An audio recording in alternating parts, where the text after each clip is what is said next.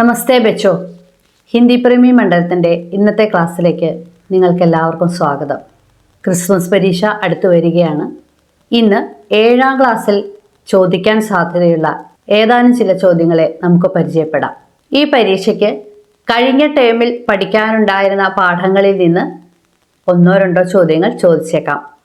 അത് ഒരു പ്രാവശ്യം വായിച്ചു നോക്കണം. പരീക്ഷയ്ക്ക് ബാരിഷ് കെ ബാദ്, ബയാ ഹമാരി ചിടിയാ റാണി, തും ജിയോ ഹസാരോ സാൽ, ജന്നത്ത് കെ ബച്ചെ, ഈ പാഠഭാഗങ്ങളാണ് നമുക്ക് പഠിക്കാനുള്ളത്. ആദ്യം പാഠഭാഗത്തിന് പുറത്തു നിന്ന് ഒരു പാരഗ്രാഫ് തന്നിട്ട് അതിൽ നിന്ന് ചോദ്യങ്ങൾ ചോദിക്കാം. അതിലൊരെണ്ണം സഹി പ്രസ്താവ് ചുൻകർ ലിഖിയെ എന്നാകാം. സഹി പ്രസ്താവ് ചുൻകർ ലിഖിയെ, ശരിയായ ഉത്തരം തിരഞ്ഞെടുത്ത് എഴുതുക. ആ ഭാഗം നന്നായി വായിച്ച് എല്ലാ ചോദ്യങ്ങൾക്കും ഉത്തരം എഴുതണം. അതുപോലെ തന്നെ പാഠഭാഗത്ത് നിന്ന് ഒരു പാരഗ്രാഫ് തന്നിട്ട് ചോദ്യോത്തരങ്ങൾ ചോദിച്ചേക്കാം. ഉദാഹരണമായി ജന്നത്ത് കെ ബച്ചെ എന്ന പാഠഭാഗത്തിലെ ഈ ഭാഗം ഒന്ന് ശ്രദ്ധിക്കൂ. ജൂത്തെ ഗും ഹോ ജാനെ കി ബാത് സുൻകർ വഹ് ഉദാസ് ഹോ ജാത്തി ഹെ. ചെരുപ്പ് നഷ്ടപ്പെട്ട കാര്യം കേട്ടപ്പോൾ അവൾ ദുഃഖിക്കുന്നു.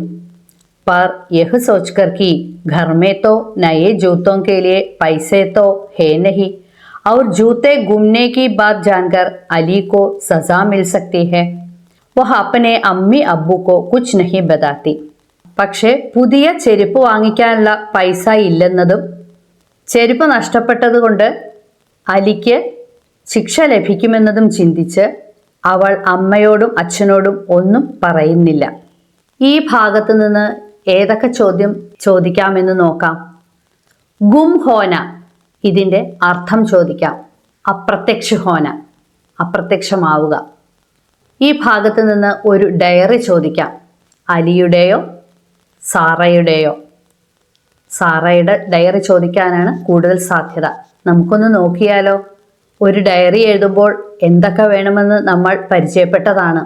തീയതിയും ആഴ്ചയും വർഷവും ഉണ്ടായിരിക്കണം. ഏത് സംഭവത്തെക്കുറിച്ചാണോ പറയുന്നത് ആ സംഭവത്തിൻ്റെ ഒരു സൂചന ഉണ്ടാകണം.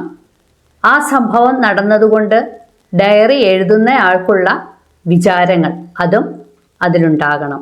അതുപോലെ ആത്മനിഷ്ഠ ഭാഷ, ഞാൻ, എൻ്റെ എന്ന രീതിയിലുള്ള പ്രയോഗങ്ങൾ അതിലുണ്ടായിരിക്കണം. ഈ ഉദാഹരണം നോക്കൂ.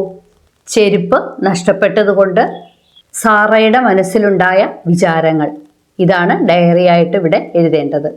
7 दिसंबर 2025 रविवार, आज अली के हाथ से जूते गुम हो गए. ഇന്ന് അലിയുടെ കയ്യിൽ നിന്ന് ചെരുപ്പ് നഷ്ടമായി. മുझे बहुत दुख हुआ, എനിക്ക് വളരെ ദുഃഖം തോന്നി. घर में नए जूते के लिए पैसे नहीं है, വീട്ടിൽ പുതിയ ചെരുപ്പിന് ഉള്ള പൈസ ഇല്ല. അലി കോ മാം സേ സസാ ഭി മിൽ സക്തി ഹെ, അലിക്ക് അമ്മയുടെ കയ്യിൽ നിന്നും ശിക്ഷയും കിട്ടിയേക്കാം. ഇസ്ലിയെ മേ കിസി സേ കുച്ച് നഹി കഹൂങ്കി, അതുകൊണ്ട് ഞാൻ ആരോടും ഒന്നും പറയുകയില്ല. അതുപോലെ അലി പരേശാൻ ഹോത്താ ഹെ, സാറ പരേശാൻ ഡാഷ്, ഇങ്ങനെ ചോദിച്ചേക്കാം. സാറ പരേശാൻ ഹോത്തി ഹെ. പാഠത്തിലെ ഒരു കവിതാഭാഗം തന്നിട്ട് അതിൽ നിന്നും ചില ചോദ്യങ്ങൾ ചോദിച്ചേക്കാം. ഒരു ഉദാഹരണം നോക്കിയാലോ. ബയാ ഹമാരി ചിടിയാ റാണി എന്ന പാഠഭാഗത്തിലെ ഈ വരികളൊന്ന് നോക്കൂ. ഫിർ അണ്ടേ സേയേഗി തൂ ജബ് നികലേങ്കെ നന്നേ ബെച്ചെ തബ്.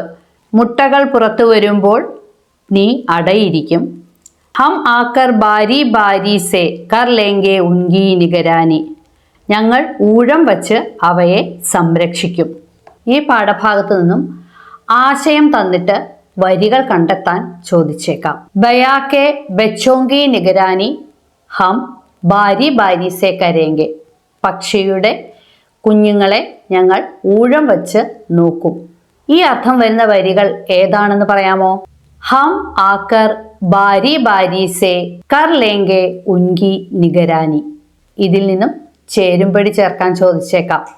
ഒരു വശത്ത് അണ്ടേ, നന്നേ ബച്ചെ, നിഗരാനി, മറുവശത്ത് നികലേങ്കെ, കർ ലേംഗെ സേയേഗി. ഇത് ചേർത്തെഴുതുമ്പോൾ എങ്ങനെയാണെന്ന് നോക്കൂ. അണ്ടേ സേയേഗി, നന്നെ ബച്ചെ നികലേംഗെ, നിഗരാനി കർ ലേംഗെ. നിഗരാനി കർണ അർത്ഥം എഴുതാൻ ചോദിച്ചേക്കാം. സംരക്ഷൺ കർണ ഒരു ഉദ്ഘോഷണ, അതായത് അനൗൺസ്മെന്റ് ചോദിച്ചേക്കാം. ഇത് നാം മുൻപ് ഒരു വീഡിയോയിൽ മനസ്സിലാക്കിയിട്ടുള്ളതാണ്. മുകളിൽ കൊടുത്തിരിക്കുന്ന ലിങ്കിൽ ക്ലിക്ക് ചെയ്താൽ അതിനെക്കുറിച്ച് നിങ്ങൾക്ക് കൂടുതൽ മനസ്സിലാക്കാവുന്നതാണ്. ചിത്രങ്ങൾ തന്നിട്ട് അതിനനുസരിച്ച് വാക്യങ്ങൾ ക്രമത്തിൽ എഴുതാൻ ചോദിച്ചേക്കാം.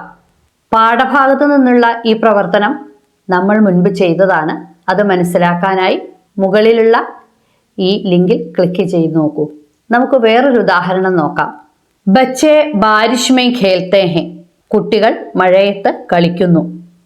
ഗുഠലി ഗോകുൽ ഗയ്യ കോ പകഡ്തി ഹെ, ഗുഠലി ഗോകുൽ ഗയ്യയെ പിടിക്കുന്നു. ഗുഡ്ഡു കീചഡ് മേ ഗിർത്താ ഹെ, ഗുഡ്ഡു ചെളിയിൽ വീഴുന്നു.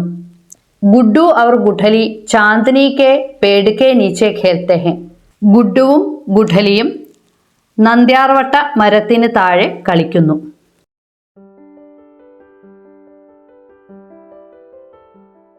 ഈ വാക്യങ്ങളെ ചിത്രങ്ങൾക്കനുസരിച്ച് എഴുതുമ്പോൾ എങ്ങനെയുണ്ടെന്ന് നോക്കൂ.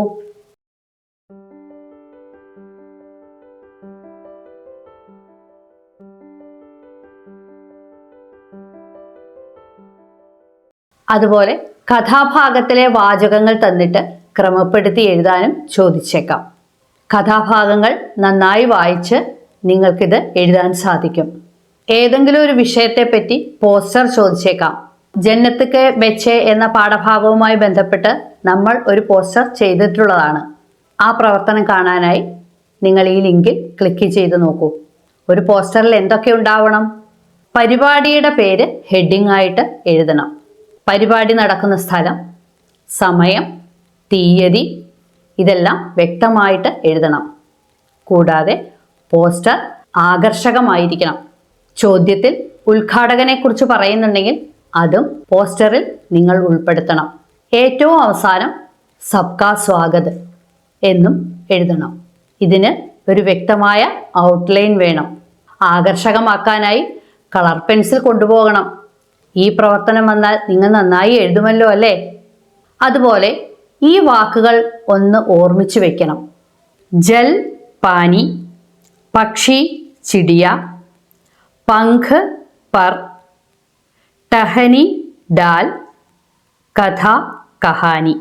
ഈ വാക്കുകളിൽ നിന്ന് സമാനപദം എഴുതാനോ അർത്ഥം എഴുതാനോ ചോദിച്ചേക്കാം. അതുപോലെ വിശേഷണങ്ങൾ കണ്ടെത്തി എഴുതാനും ചോദിച്ചേക്കാം. വിശേഷണം എന്താണെന്നറിയാമോ? ഒരു നാമത്തിൻ്റെ പ്രത്യേകതകൾ പറയുന്നതാണ് വിശേഷണം. ഉദാഹരണമായി കാല കൗവ, കറുത്ത കാക്ക. ഗുണം, ദോഷം, നിറം, വലിപ്പം, എണ്ണം എന്നിവയെ സൂചിപ്പിക്കുന്ന വാക്കുകളാണ് വിശേഷണങ്ങൾ. ഇവയെക്കുറിച്ച് കൂടുതൽ അറിയാനായി മുകളിൽ കൊടുത്തിരിക്കുന്ന ലിങ്ക് ഒന്ന് ക്ലിക്ക് ചെയ്ത് നോക്കുക. ഉദാഹരണമായി ബാരിഷ് കെ ബാദ് എന്ന പാഠത്തിലെ ഈ വിശേഷണങ്ങളൊന്ന് നോക്കൂ. ഗീലി മിട്ടി, നനഞ്ഞ മണ്ണ്.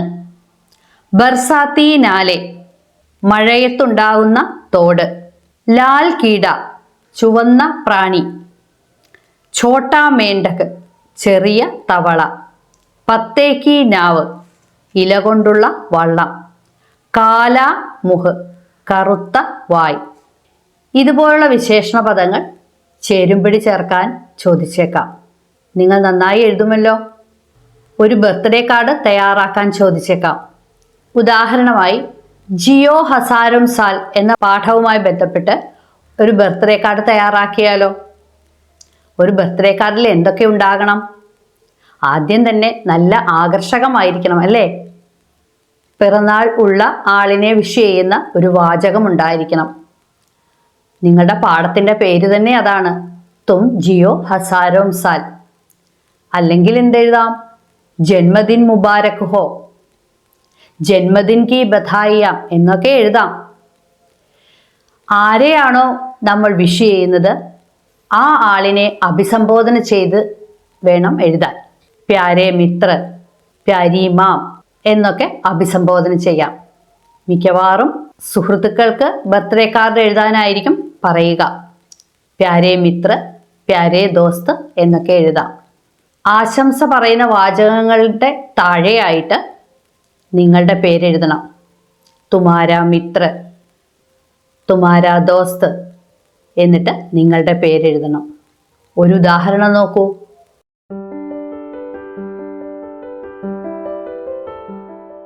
കൂട്ടുകാരെ, പാഠഭാഗങ്ങൾ നന്നായി വായിച്ച് അധ്യാപകരുടെ നിർദ്ദേശങ്ങളൊക്കെ അനുസരിച്ച് നിങ്ങൾ നന്നായി പരീക്ഷ എഴുതുമല്ലോ. എല്ലാവർക്കും വിജയാശംസകൾ. ഹിന്ദി പ്രേമി മണ്ഡലത്തിൻ്റെ ഇന്നത്തെ ക്ലാസ് ഇവിടെ അവസാനിക്കുന്നു. നമസ്കാരം.